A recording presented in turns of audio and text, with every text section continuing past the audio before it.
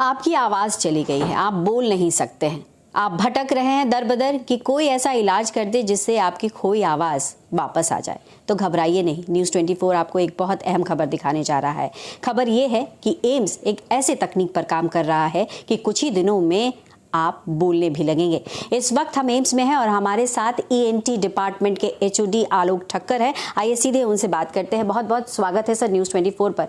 और जिसकी हम चर्चा कर रहे हैं वो किस तरीके का तकनीक है, किस तरीके से काम हो रहा है और आने वाले समय में ये आम लोगों को किस तरीके से फ़ायदा पहुँचाएगा।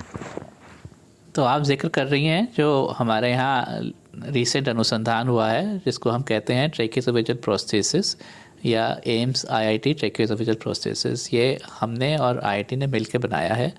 ये चीज़ वैसे भी दुनिया में अवेलेबल है, ट्रैकियोसोफेजियल प्रोस्थेसिस, जो कि उन पेशेंट से काम आती है जिनके लिए एडवांस्ड कैंसर की वजह से जो है वॉइस बॉक्स निकालना ज़रूरी हो गया हो। अगर किसी पेशेंट का वॉइस बॉक्स निकल गया है, ज़रूरी था निकालना, तो उसको बोलने के लिए ये एक यंत्र है जिससे कि वो बोल सकते हैं। आज के दिन में जो चीज़ अवेलेबल है वो ज़्यादातर यूरोप से ही आती है। यहाँ भी बनने लगे हैं पर ज़्यादातर यूरोप से ही आते हैं। They are expensive, very expensive, 40,000 रुपये करीब का पड़ता है और वो भी कोई आइडियल चीज़ नहीं है, बिल्कुल परफेक्ट तो वो भी नहीं है। हमने जो चीज़ बनाई है वो आज के दिन में सिमिलर है to what is available from Europe. उसके ट्रायल्स हो गए हैं और ट्रायल के बाद सक्सेसफुली हमारे पेशेंट्स बोल रहे हैं। नेचुरली ट्रायल करने से पहले काफ़ी डेवलपमेंट किया गया, एक्स वीवो टेस्टिंग की गई, जिसका मतलब ये होता है कि पेशेंट के बाहर ही उसकी टेस्टिंग की गई कि उसका रेजिस्टेंस कितना है, उसमें एबिलिटी है नहीं है सक्सीड होने की। और क्योंकि उसमें ये सब चीज़ें दी गई तो उसके बाद जो हमें परमिशन मिली 20 पेशेंट्स पे इसको इम्प्लांट करने की, जो हमने किया। हमारे सारे ही पेशेंट अच्छे बोल रहे हैं। स्टेप 2 ऑफ डेवलपमेंट में है। पहले स्टेप में थोड़ा सा एक्सट्रूजन रेट ज़्यादा था कि आपने प्रोसेसर लगा दिया, पेशेंट बोल तो रहा है लेकिन उसकी लाइफ बहुत ज़्यादा नहीं रही, 3-3.5 महीने में वो नाकाम हुआ। उसका अब फेज़ 2 या आप कह लीजिए वर्जन 2 आया है जिसकी लाइफ भी बढ़ गई है 6 मंथ्स प्लस। और ये आज की सिचुएशन है कि ट्रैकियोसोफेजियल प्रोस्थेसिस कैंसर पेशेंट्स के लिए यूज़ हो रहा है और we are on the verge कि भी अब हम इसके लिए आगे परमिशन फॉर जनरल यूज़ के लिए अप्लाई कर सकें। जी, क्योंकि आपने 20 पेशेंट का नाम लिया है सर, वो 20 पेशेंट में कितने महिला, पुरुष या बच्चे भी शामिल थे? बच्चों को तो ये प्रॉब्लम कम होती है। ज़्यादातर ये प्रॉब्लम ऐसी है जो मेल्स में ही ज़्यादा होती है, बिकॉज स्मोकिंग रिलेटेड प्रॉब्लम होता है थ्रोट कैंसर। हमारे पेशेंट्स सारे एडल्ट्स ही हैं। क्योंकि आपने शुरुआत में कहा सर कि ऐसे जो इक्विपमेंट्स हैं वो बाहर भी मिलते हैं और लेकिन कॉस्टली हैं। क्योंकि आप लोग अब काम कर रहे हैं तो ऐसे में जब ये पूरी तरीके से तैयार हो जाएगा और इसको परमिशन भी मिलेगा तो आम लोगों के लिए ये कितना एक्सेसिबल होगा? देखिए, ये ज़रूर है कि बहुत चीज़ें अनुसंधान होते हैं जो कि अनफॉर्चुनेटली मार्केटेबल नहीं होते। आपने कोई चीज़ बना भी दी पर सोसाइटी उसको कितना प्राइस देने के लिए राज़ी है और कितना प्राइस लेना एथिकल भी है, सारी बातें आ जाती हैं। सो हर एक चीज़ हम सबके कंट्रोल में नहीं है, but I would hope and expect कि एटलीस्ट हमारे इंस्टीट्यूशंस में तो ये चीज़ें फ्री में ही मिलेंगी। जब इतनी चीप बनेंगी तो फिर फ्री में ही मिलेंगी। हम लोगों की यही उम्मीद और चेष्टा रहेगी। और जब मार्केट भी होगा जहाँ पे जिसके लिए, तो वो भी कोई बहुत एक्सपेंसिव तो नहीं होना चाहिए। I would hope and expect कि 1,000-2,000 से ऊपर नहीं होगा।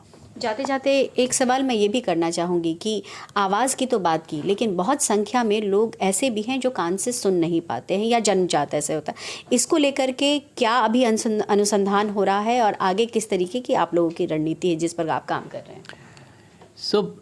पिछले 2-2.5 दशक में इतनी प्रोग्रेस तो हो गई है कि दुनिया में आज के दिन में हर तरह के सुनाई की प्रॉब्लम का इलाज है। हमारी स्पेशलिटी पहली स्पेशलिटी थी जिसमें कि अगर कोई आपकी सेंस चले गई है, हियरिंग की सेंस चले गई है, तो आप एक कॉक्लियर इम्प्लांट या इलेक्ट्रोड या तार डाल के जो है नर्व के नेक्स्ट में जो है नर्व को इलेक्ट्रिकली स्टिमुलेट करके जो है पेशेंट को आवाज़ का एहसास दिला सकते हैं। उससे ज़्यादा पेशेंट को डिफरेंट आवाज़ों को डिफ्रेंशिएट करना सिखा सकते हैं। तो कॉक्लियर इम्प्लांट इतनी सक्सेसफुल टेक्नोलॉजी हो गई है कि उससे जो है पेशेंट सुन लेता है। ऑब्वियसली हर पेशेंट को नहीं इसके लिए ज़रूरत होती, किसी को हम छोटे ऑपरेशन से ठीक कर देते हैं, किसी को हम उनकी हड्डियां ठीक कर देते हैं, किसी का नया पर्दा लगा के ठीक कर देते हैं, किसी को जो है और भी तरह के इम्प्लांटेबल एड्स होते हैं, बोन एंकर एड्स होते हैं, उनसे ठीक कर देते हैं।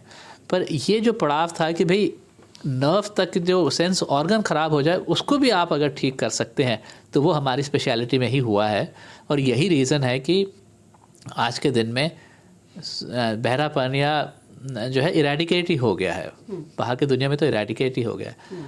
हमारे यहाँ इशू ये रहा कि even though situation technique technology available है लेकिन अफोर्ड नहीं कर पा रहे थे लोग, तो पिछले 6-8 साल से गवर्नमेंट ने भी जो है इसको फ्रीली अवेलेबल करा दिया है फॉर ऑल चिल्ड्रन। उसका नेचुरली बिकॉज इकोनॉमिक इम्पैक्ट इतना ज़्यादा है कि भाई एक तरफ एक बच्चा है जो कि सुनता नहीं है और सोसाइटी पे कंट्रीब्यूट नहीं कर पा रहा है, और दूसरी तरफ एक बच्चा है जिस पे कि आप 5-7 लाख रुपया खर्च करें गवर्नमेंट उसके लिए शुरू में, पर उसके बाद उसका एडवांटेज इतना ज़्यादा है कि ज़िंदगी भर बच्चा सुनेगा और फिर नेचुरली सुनेगा तो स्कूल जाएगा, कुछ सीखेगा, कुछ पढ़ेगा, कुछ आगे कंट्रीब्यूट करेगा। आज के दिन में ऐसी कोई सिचुएशन नहीं है कि जिसमें कि हियरिंग प्रॉब्लम के लिए हमारे पास सोल्यूशन नहीं है। मैं एक अंतिम सवाल करूंगी सर, खास करके अर्बन एरिया में ये देखा गया है कि पोल्यूशन जिस तरीके से बढ़ा है, क्या एक बड़ी वजह है कि मुंह नाक का कैंसर भी इस वजह से बढ़ा है? हमारे पास इसकी ऐसी कोई एविडेंस नहीं है। हमारे यहाँ जो मेजर इशू है इसमें कोई डाउट नहीं है कि मुंह का कैंसर बढ़ रहा है, और उसका जो मेजर इशू वो ये है कि टोबैको या तंबाकू का सेवन। हमारा ही ऐसा कॉन्टिनेंट, सब कॉन्टिनेंट ऐसा है, इंडियन सब कॉन्टिनेंट, जिसमें कि टोबैको मेनली जो है चबाया जाता है या स्मोकलेस टोबैको यूज़ होता है। हमारे यहाँ जितने लोग स्मोक करते हैं उससे डबल लोग जो हैं वो स्मोकलेस टोबैको यूज़ करते हैं। 90% प्लस हमारे पेशेंट्स जो हैं वो स्मोकलेस टोबैको की वजह से अपना कैंसर लेके आ रहे हैं आज के दिन में। पहले ऐसा नहीं था, पहले स्मोकिंग की वजह से भी आते थे, शार्प टीथ या मुंह में क्या कहते हैं हाइजीन अच्छी नहीं होने की वजह से भी आते थे।